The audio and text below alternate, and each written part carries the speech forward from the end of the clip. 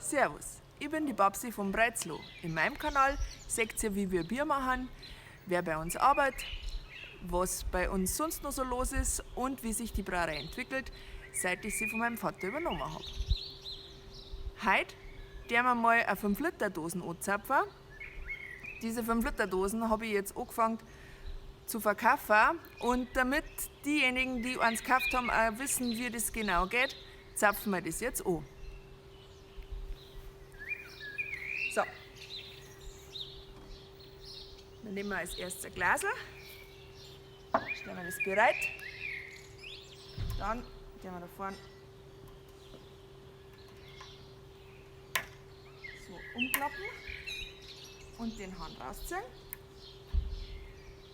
So. Dann gehen wir umdrehen und schon läuft was. Dann machen wir oben noch auf und drehen das Ganze,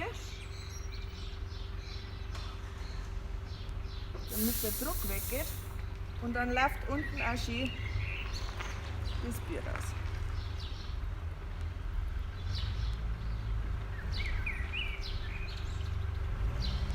So, ein paar durstige Kehlen habe ich, die sind schon drauf frei.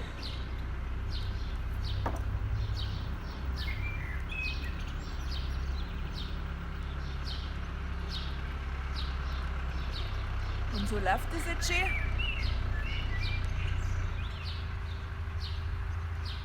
Dann kann man es noch gerade halten, damit man einen schönen Schaum hat. Und dann würde ich sagen, Prost, lasst es euch schmecken. Das war's dann schon wieder. Ich sage danke fürs Zuschauen. Ihr könnt gern mir in die Kommentare unten schreiben, wenn ihr irgendwelche Fragen habt. Oder ihr schaut euch da von mir noch Videos an. Bis zum nächsten Mal, euer Babsi. Servus, ciao.